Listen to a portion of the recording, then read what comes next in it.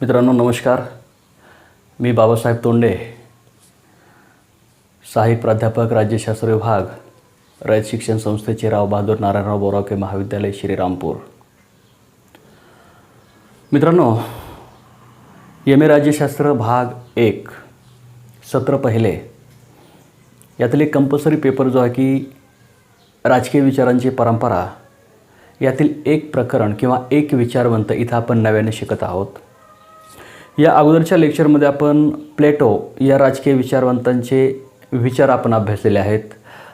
त्यामध्ये प्लेटोचा जीवन परिचय, प्लेटोचा न्यायाचा सिद्धांत, प्लेटोचा साम्यवादाचा सिद्धांत, प्लेटोची शिक्षणविषयक योजना, प्लेटोचं आदर्श राज्य याबद्दल आपण व्यवस्थित चर्चा केलेली आहे. आज आपण ॲरिस्टॉटलबद्दल बोलणार आहोत. ॲरिस्टॉटलचे विचार शिकत असताना आपण ॲरिस्टॉटलचा जीवन परिचय आणि ॲरिस्टॉटलचे जे राजकीय विचार आहेत, प्रामुख्याने ॲरिस्टॉटलने राज्याबद्दल मांडलेले विचार, नागरिकत्वाबद्दलचे विचार, गुलामगिरीबद्दलचे विचार आहेत. तो क्रांतीचा सिद्धांत मांडलेला आहे किंवा परिवर्तनाचे चक्र, असे वेगवेगळ्या प्रकारचे सिद्धांत आहेत ते आपण शिकणार आहोत. आता इथं जे आज आपण शिकणार आहोत ते ॲरिस्टॉटलचे राज्याविषयीचे विचार आपण शिकणार आहोत. ॲरिस्टॉटलबद्दल बोलत असताना ओघाने पहिल्यांदा आपल्या डोळ्यासमोर एक गोष्ट येते. ती गोष्ट म्हणजे ॲरिस्टॉटलला राज्यशास्त्राचा जनक म्हटलं जातं. ॲरिस्टॉटलबद्दल जे राज्यशास्त्रामध्ये विधान केलं जातं ते असं की ॲरिस्टॉटल हा राज्यशास्त्राचा जनक आहे. या शब्दाचा सहजपणे अर्थ असा होतो की या राज्यशास्त्राला किंवा या राजकीय विचारांना एका शास्त्राच्या चौकटीत बसवण्याचं सर्वात प्रभावी जर कोणी कार्य केलं असेल तर ते सुरुवातीला किंवा प्रारंभीच्या कालखंडामध्ये ॲरिस्टॉटलनं केलेलं आहे. म्हणजे या विचारांना एक शास्त्राची ओळख किंवा एक स्वतंत्र विषयाची ओळख याबद्दलचं जे योगदान आहे ते सर्व योगदान कोणी दिलं? राज्यशास्त्राच्या जनक म्हणून ते ॲरिस्टॉटलनं दिलेलं आहे. साहजिकच ह्या शब्दातच असा अर्थ दडलेला आहे की ॲरिस्टॉटल एवढं मोठं योगदान दुसऱ्या कोणाचंही नाही म्हणून आपण ॲरिस्टॉटलला राज्यशास्त्राचा जनक म्हणतो. अनेक विचारवंतांचे राज्यशास्त्रामध्ये आपण अभ्यासतो. अनेकांनी खूप मोठं योगदान दिलेलं आहे, मात्र सर्वात जास्त योगदान ज्याला आपण म्हणतो ते ॲरिस्टॉटलचं आहे. ॲरिस्टॉटलमुळेच राज्यशास्त्र किंवा आज जे आपण राज्यशास्त्र हा विषय शिकतोय त्याला एक विषय किंवा एक शास्त्र म्हणून मान्यता मिळाली आहे. म्हणून आपण राज्यशास्त्राचा जनक ॲरिस्टॉटलला म्हणतो.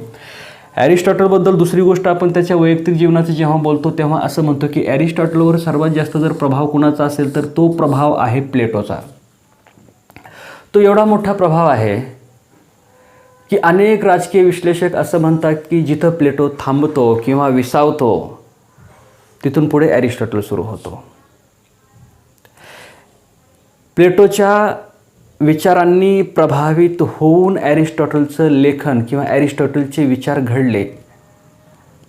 ॲरिस्टॉटलनं जे जे विचार मांडले ते प्लेटोच्या विचारांपासून त्याच्या मूळ संकल्पना घेऊन मांडलेले आहेत. काही विचार नव्याने मांडले, परंतु प्लेटोच्या विचारांची पूर्णपणे छाप किंवा प्रभाव ही ॲरिस्टॉटलच्या विचारावर दिसते.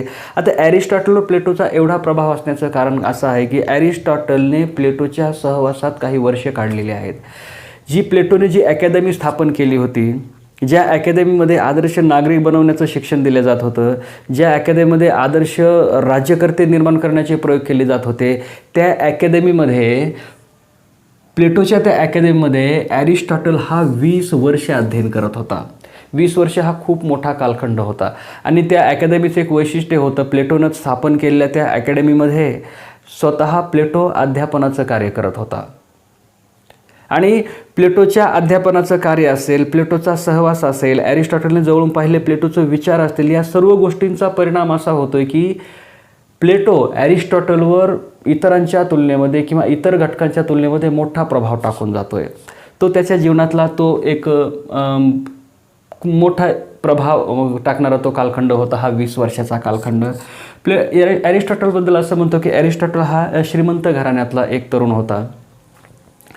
साहजिकच ॲरिस्टॉटल श्रीमंत असल्यामुळे ॲरिस्टॉटल संपत्ती किंवा गुलामगिरी याबद्दल जे विचार मांडले जातात, प्रामुख्याने गुलामगिरीबद्दल विचार याने मांडले नव्हते, प्लेटोने मांडले होते. प्लेटोने जे संपत्तीबद्दलचे किंवा साम्यवादाचे विचार मांडले होते त्या विचारांना ॲरिस्टॉटलने विरोध केला आहे. त्या विचारांचं ॲरिस्टॉटल खंडन करतो आणि तो असं सांगतो की संपत्ती ही मानवी जीवनासाठी आवश्यक आहे.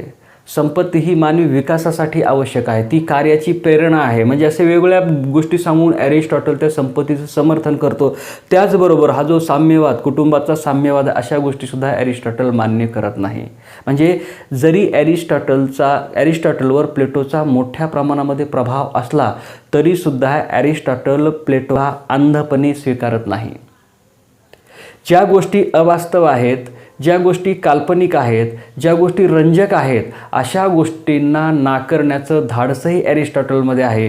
परंतु प्लेटोच्या विचारांची जी मूलभूत चौकट आहे किंवा जो विचारांचा जो गाभा आहे त्याला पकडून ॲरिस्टॉटल आपल्या विचारांचा विस्तार करतो किंवा त्यामध्ये आणखी नव्याने मोठमोठ्या घटकांबद्दल किंवा संकल्पनांबद्दल आपले विचार तो मांडतो. तो श्रीमंत घराण्यात त्याचा जन्म झालेला आहे, त्यामुळं साहजिकच गुलामगिरीसारखी प्रथा असेल तो त्या प्रथेचं समर्थन करताना दिसतोय, संपत्तीचं समर्थन करताना दिसतोय, तो कुटुंबाचं समर्थन करताना दिसतोय, वैयक्तिक जीवन याचं प्रामुख्याने खूप मोठ्या प्रमाणात समर्थन करतोय, तो मानवी स्वातंत्र्य ह्या घटकाचं समर्थन करतोय. का? कारण एक मानवी जीवन, मानवी स्वातंत्र्य, मानवी जीवनाची मूल्ये ह्या गोष्टींना त्याच्या कुटुंबामध्ये किंवा त्याची जी अनुवंशिक परंपरा असेल त्यामध्ये महत्त्वाचं स्थान असल्यामुळे कदाचित त्याचा त्या विचारावर तो प्रभाव पडलेला आहे. प्लेटोबद्दल आणखी एक गोष्ट सांगितली जाते की ॲरिस्टॉटलबद्दल की ॲरिस्टॉटल हा एवढा हुशार, एवढा बहुआयामी, एवढा व्यासंगी, एवढा बौद्धिक उच्च दर्जाचा होता की क्वचितच दुसरा एखादा माणूस असा सापडेल. असं म्हटलं जातं किंवा असं आपल्या निदर्शनास येतं, तुम्ही विद्यार्थी म्हणून किंवा शिक्षक म्हणून जेव्हा वेगवेगळ्या शाखांचा तुम्ही काही अंदाज घेत असता तर तुम्हाला असं दिसेल की क्वचित एखादं क्षेत्र, एखादं शास्त्र किंवा एखादा विषय ॲरिस्टॉटलच्या त्या बुद्धीपासून सुटलेला असेल. तुम्ही सामाजिक शास्त्रे सर्व घेतली, समजा तुम्ही राज्यशास्त्राचा जनक आहे म्हणजे तो ॲरिस्टॉटल हा फक्त एका शास्त्राचा जनक आहे असं नाही. ॲरिस्टॉटलच्या बौद्धिकतेतून अनेक विषयांना स्वतंत्र असं अस्तित्व निर्माण झालं, त्या विषयांचं स्थान निर्माण झालं, तिथं ॲरिस्टॉटल जनक म्हणून आहेत. खूप मोठे योगदान अनेक. तुम्ही पदार्थविज्ञानामध्ये गेला तिथं ॲरिस्टॉटल तुम्हाला दिसतो, सामाजिक शास्त्रांमध्ये तर सर्व ठिकाणी ॲरिस्टॉटल दिसतो, विज्ञानामध्ये ॲरिस्टॉटल दिसतो. तुम्ही जेवढ्या शिक्षणाच्या जेवढ्या शाखा आहेत तिथं गेला तरी तुम्हाला ॲरिस्टॉटल दिसतो. आणि असं क्वचितच एखाद्या विचारवंताबद्दल घडतं, ते प्रामुख्याने ॲरिस्टॉटलबद्दल घडतं. कुठंही जा तुम्हाला ॲरिस्टॉटलची ग्रंथ त्या विषयामध्ये ॲरिस्टॉटल दिलेलं योगदान दिसेल, त्या विषयामध्ये ॲरिस्टॉटलचे सिद्धांत दिसतील, प्रकर्षाने दिसतील, ते प्रभावी असतील आणि त्या सिद्धांताचं खूप मोठं योगदान ते त्या विषयामध्ये असेल. म्हणून ॲरिस्टॉटल हा अत्यंत बहुआयामी, अत्यंत बौद्धिक दर्जा उच्च असलेला, अत्यंत तल्लख, हुशार, अत्यंत व्यापक दृष्टी असलेला असा विचारवंत होता किंवा त्याकडं तसं पाहिलं जातं. दुसरी गोष्ट अशी आहे, त्याचा दुसरा एक सॅम्पल म्हणून त्या ॲरिस्टॉटलबद्दल असं म्हटलं जातं की ॲरिस्टॉटलला जेव्हा ॲथेन्ससाठी राज्यघटना निर्माण करायची होती, ॲथेन्ससाठी राज्यघटना निर्माण करत असताना ॲरिस्टॉटल हा त्या कालखंडामध्ये अस्तित्वात असलेल्या 158 राज्यघटनांचा अभ्यास करतो. ॲथेन्ससाठी राज्यघटना बनवायची आहे तर त्या काळातल्या सर्व राज्यघटनांचा अभ्यास करतो. तो अभ्यास तौलनिक पद्धतीने करतो. अभ्यास करत असताना एका राज्यघटनेचा किंवा एका राज्यघटनेतील तत्वांचा दुसऱ्या किंवा इतर राज्यघटनातील तत्वांशी तो तुलना करतोय, त्यांच्यामध्ये असलेला परस्पर संबंध किंवा परस्पर विरोध शोधण्याचा प्रयत्न करतोय. आणि त्याच वेळेस ॲरिस्टॉटल दोषविरहित म्हणजे एवढ्या मोठ्या राज्यघटनांचा अभ्यास करतो. याचा अर्थ काय आहे, त्यांना जी राज्यघटना निर्माण करायची आहे, कुणाला, ॲरिस्टॉटलला, कोणासाठी, ॲथेन्ससाठी, तर ती ॲथेन्ससाठी निर्माण होणारी राज्यघटना ही दोषविरहित असावी. त्यामध्ये इतर देशांमध्ये जे दोष आहेत ते कुठलेही नसावेत, हा त्यामागचा उद्देश आहे. म्हणून ॲरिस्टॉटल हा 158 राज्यघटनांचा तुलनात्मक अभ्यास करतो. ॲरिस्टॉटल जे ग्रंथ आहेत प्रामुख्याने, ॲरिस्टॉटलचं मोठं लिखाण आहे, परंतु प्रामुख्याने पॉलिटिक्स नावाचा जो ग्रंथ आहे ॲरिस्टॉटलचा, तो राज्यशास्त्रातील जे मान्यताप्राप्त ग्रंथ आहेत त्यातील उच्च कोटीचा ग्रंथ आहे. आपण ॲरिस्टॉटलच्या आता राजकीय विचारांकडे वळतोय. आता प्रामुख्याने कुठल्याही विचारवंतांचे राजकीय विचार जेव्हा आपण अभ्यासत असतो तेव्हा प्रामुख्याने त्याचे राज्याबद्दलचे विचार आपण अभ्यासत असतो, शासनाबद्दलचे विचार अभ्यासत असतो. त्याचे आपण नागरिकत्व असेल, धर्म असेल, कायदा असेल, नीतिमत्ता असेल, बाकी इतर संस्था असतील, ज्या राजकीय संस्था असतील, सामाजिक संस्था असतील, त्याबद्दल त्या विचारवंतांनी जे मांडलेले विचार आहेत त्याचा आपण प्रामुख्याने अभ्यास करत होतो. आता या क्षणी आपण जो ॲरिस्टॉटलचा अभ्यास करतोय तो ॲरिस्टॉटलने जे राज्याबाबत विचार मांडलेले आहेत, या राज्याबाबत मांडलेल्या विचारांचा आपण अभ्यास करतोय. आपण पाहतो की राज्यशास्त्रामध्ये जे विचारवंत आहे, ज्यांना आपण अभ्यासत असतो, ते प्रत्येकानं राज्याबद्दल विचार मांडलेले आहेत. आता राज्याबद्दल विचार मांडणे म्हणजे काय? प्रत्येकाचा ह्या राज्यसंस्थेकडं पाहण्याचा दृष्टिकोन कसा आहे याचा अभ्यास करण्यासाठी आपण ह्या प्रत्येक विचारवंताचा आधार घेतो. आता बघा, राज्यशास्त्राबद्दल विचार मांडत असताना म्हणजे राज्यशास्त्राच्या अस्तित्वाबद्दल, म्हणजे राज्याच्या अस्तित्वाबद्दल, मग कुणी म्हणेल की राज्याची निर्मिती कशी झाली त्याबद्दलचे मुद्दे असतील त्यामध्ये. कुणी म्हणेल राज्य आवश्यक आहे की अनावश्यक आहे त्याबद्दलचे विचार येतात त्यामध्ये. कुणी आपण म्हणतो कुणी अराज्यवादी विचारवंत आहेत, कुणी राज्यवादी विचारवंत आहेत, कुणी राज्याला एक अनावश्यक संकट असं गृहीत धरतं, कुणी राज्य आवश्यक आहे असं म्हणतं. म्हणजे असे वेगवेगळ्या प्रकारचे राज्याबद्दल मांडलेले विचार आहेत वेगवेगळ्या विचारवंतांनी. ॲरिस्टॉटल जे राज्याबद्दल म्हणतोय ते आपण थोडक्यामध्ये इथं समजून घ्यायचा प्रयत्न करतोय. ॲरिस्टॉटल जेव्हा राज्याबद्दल विचार मांडतो, आता प्रामुख्याने ॲरिस्टॉटलने हे पॉलिटिक्स नावाच्या ग्रंथामध्ये, म्हणजे पॉलिटिक्स या ग्रंथामध्ये तो राज्याबद्दलचे विचार मांडतो. आणि राज्याबद्दलचा विचार मांडत असताना ॲरिस्टॉटलच्या एका विधानाचा आपल्या प्रामुख्याने विचार करू. ते विधान काय आहे? मनुष्य हा सामाजिक व राजकीय प्राणी आहे असं ॲरिस्टॉटल म्हणतो. वरवर विधान हे छोटं वाटत असलं किंवा सामान्य वाटत असलं तरी या विधानाचा अर्थ खूप व्यापक आहे. तो काय आहे? मनुष्य सामाजिक आहे, म्हणजे मनुष्य समाजाशिवाय राहू शकत नाही किंवा समाजाशिवाय त्याच्या गरजांची पूर्तता होऊ शकत नाही. आणि तो राजकीय आहे याचा अर्थ आहे की तो शब्दशः किंवा वैयक्तिक एखाद्या राजकीय प्रक्रियेचा स्वतःला घटक समजो किंवा न समजो, मात्र संपूर्ण राजकारण हे त्याला गृहीत धरून त्याच्या भोवती फिरत असतं, असं यातून ॲरिस्टॉटलला सूचित करायचं आहे. त्याचं हे जे विधान आहे, मनुष्य हा सामाजिक व राजकीय आहे, यातून त्याचे राज्याबद्दलचा काही अंदाज आपल्याला येतो की राज्य हे कशा पद्धतीने विकसित होईल. म्हणजे मनुष्य अगोदर सामाजिक कसा बनला असेल, तो राजकीय प्रक्रियेमध्ये कसा समाविष्ट झाला असेल, किंवा राजकीय प्रक्रिया त्याच्या भोवती कशी घडत राहिली आणि त्यातून ज्या ज्या गोष्टींची उत्पत्ती झाली किंवा निर्मिती झाली किंवा ज्या ज्या संस्थांची निर्मिती झाली त्यामधली राज्यसंस्था ही एक संस्था आहे, असं ॲरिस्टॉटलच्या विचारांच्या माध्यमातून आपल्याला दिसून येतं आहे. इथं आपण पाहतो त्याबद्दल जो पहिला मुद्दा ॲरिस्टॉटलने मांडलेला आहे तो असा आहे की राज्याचा उदय कसा झाला.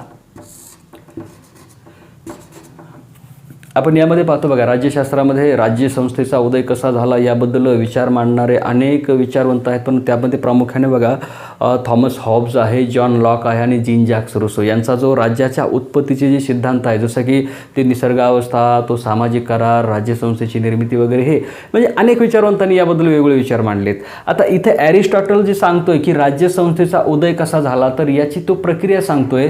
ॲरिस्टॉटल म्हणतात की सुरुवातीला कुटुंब संस्था अस्तित्वात आली.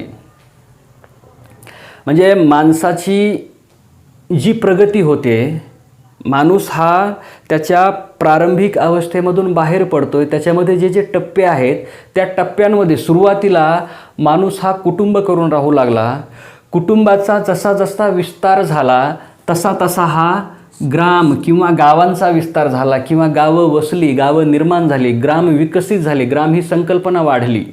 आणि ह्या ग्रामाची संकल्पना वाढली किंवा गावांचा विकास झाला किंवा गावांची संख्या जेव्हा वाढली तेव्हा अनेक गावांचं मिळून पुन्हा राज्य निर्माण झालं, असं ॲरिस्टॉटलला म्हणायचं आहे. दुसरा मुद्दा असा आहे, राज्य ही नैसर्गिक संस्था आहे असं ॲरिस्टॉटल म्हणत आहे.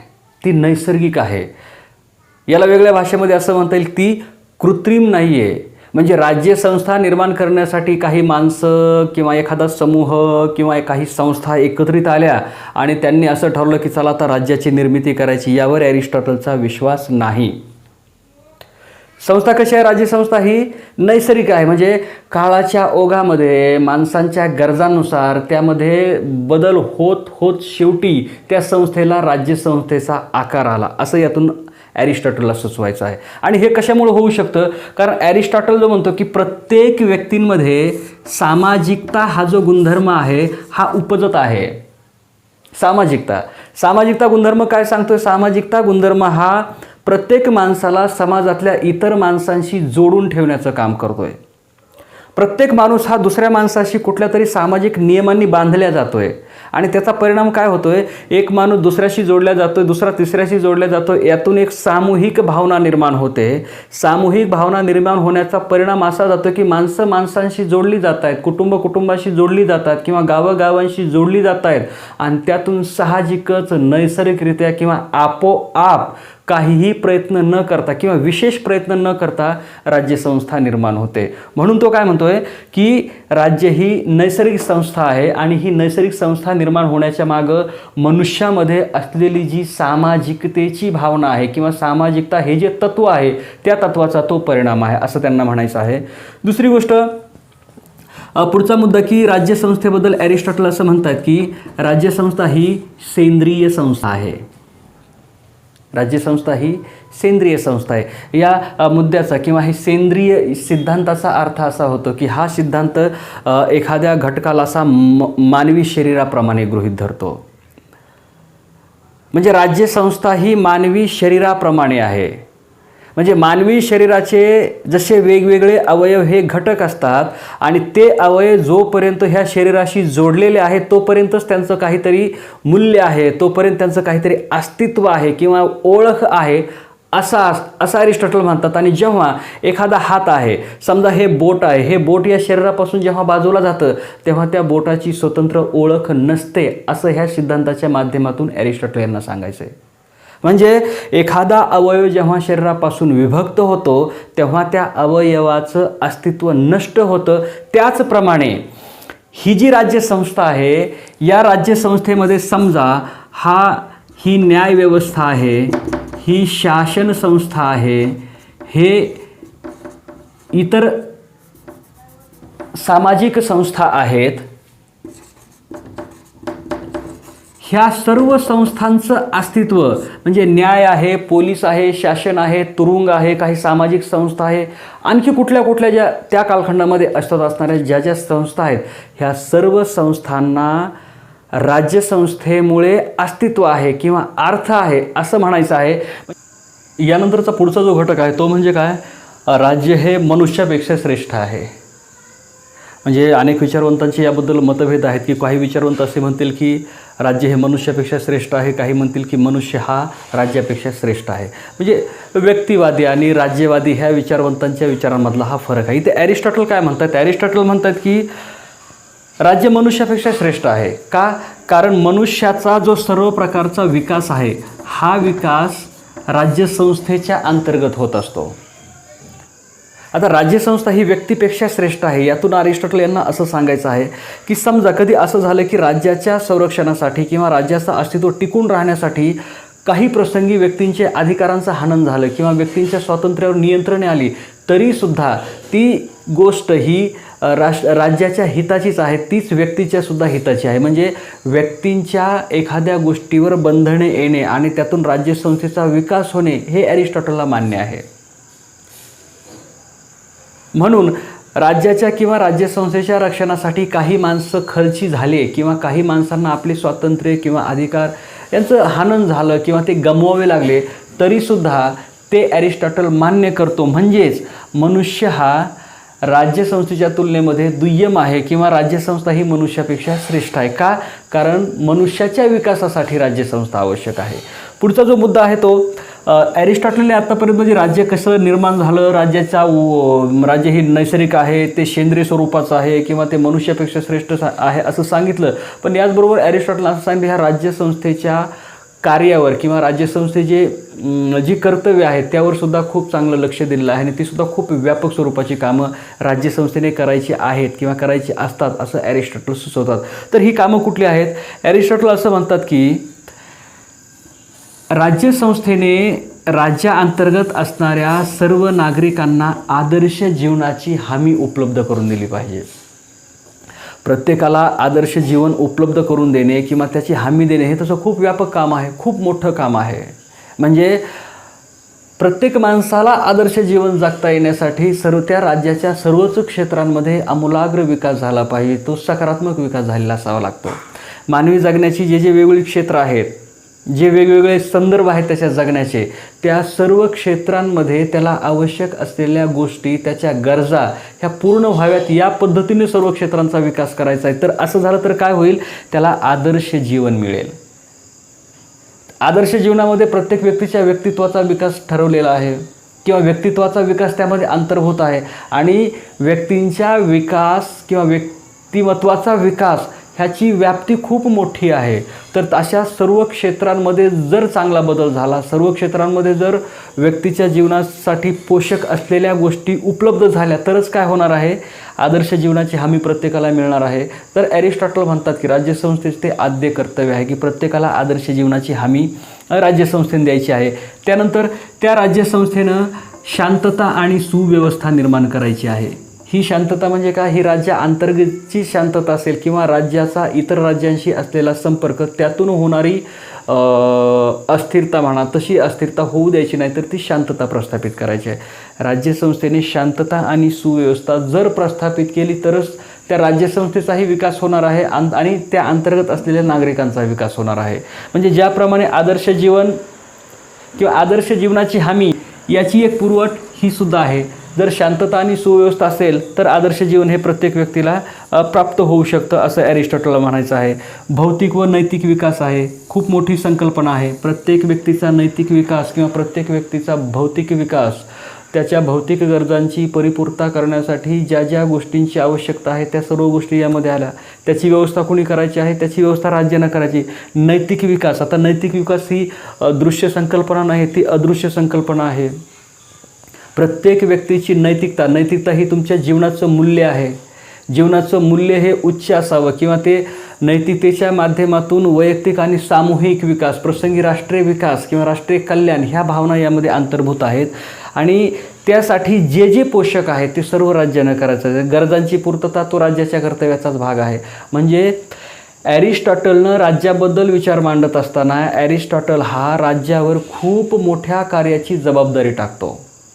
म्हणजे तो फक्त राज्य हे मनुष्यापेक्षा श्रेष्ठ आहे आणि मनुष्य हा राज्यापेक्षा दुय्यम आहे एवढंच सांगत नाही, तर त्या मनुष्याच्या अस्तित्वासाठी, त्या मनुष्याच्या कल्याणासाठी राज्यसंस्थेनं कोणकोणती कामे केली पाहिजे किंवा किती मोठी कामं केली पाहिजे, त्याची गरज कशी आहे हे ॲरिस्टॉटल सांगतो आणि राज्यसंस्थेवर खूप मोठी जबाबदारी टाकतो. या प्रमुख मुद्द्यांमधून प्रामुख्याने हे मुद्दे राज्याबद्दलचे किंवा राज्यसंस्थेबद्दलचे विचार करत असताना अगदी थोडक्यामध्ये तुम्हाला नव्याने असं म्हणता येईल, राज्यसंस्थेचा जो उदय झाला तो ॲरिस्टॉटलच्या मते सुरुवातीला कुटुंबांचा विस्तार झाला, नंतर गावांचा विस्तार झाला आणि गावांच्या विस्तारातून किंवा अनेक गावांपासून राज्यसंस्था अस्तित्वात आली, असं ॲरिस्टॉटलला म्हणायचं आहे. त्याचबरोबर राज्य ही नैसर्गिक संस्था, याचा अर्थ काय की माणसाचा जो सामाजिकता गुणधर्म आहे, माणसांना एकमेकांशी सोबत राहण्याची एक त्याची उपजत एक भावना आहे, त्या भावनेचा परिणाम असा झाला की टप्प्याटप्प्याने ती एक नैसर्गिक पद्धतीने राज्यसंस्था ही अस्तित्वात आली आणि विकसित झाली, असं ॲरिस्टॉटल म्हणतात. सेंद्रिय संस्था, मानवी शरीराप्रमाणे राज्याचं वर्णन यामध्ये ॲरिस्टॉटलनं केलेलं दिसून येतं आपल्याला. मनुष्यापेक्षा राज्यसंस्था श्रेष्ठ आहे असं ॲरिस्टॉटलचं मत आहे. त्याचबरोबर राज्याची असलेली कार्ये किंवा राज्यानं व्यक्ती विकासासाठी जी करायची आहे ती कार्ये, या विचारांवरून आपल्या सहजपणे लक्षात येतं की राज्यसंस्था ही आवश्यक आहे. राज्यसंस्थेच्या अंतर्गतच व्यक्तिविकास आहे. राज्यसंस्था नैसर्गिक आणि सेंद्रिय स्वरूपाची आहे, असे हे ॲरिस्टॉटलचे राज्याबद्दलचे काही विचार आपल्या इथं सिद्ध होतात.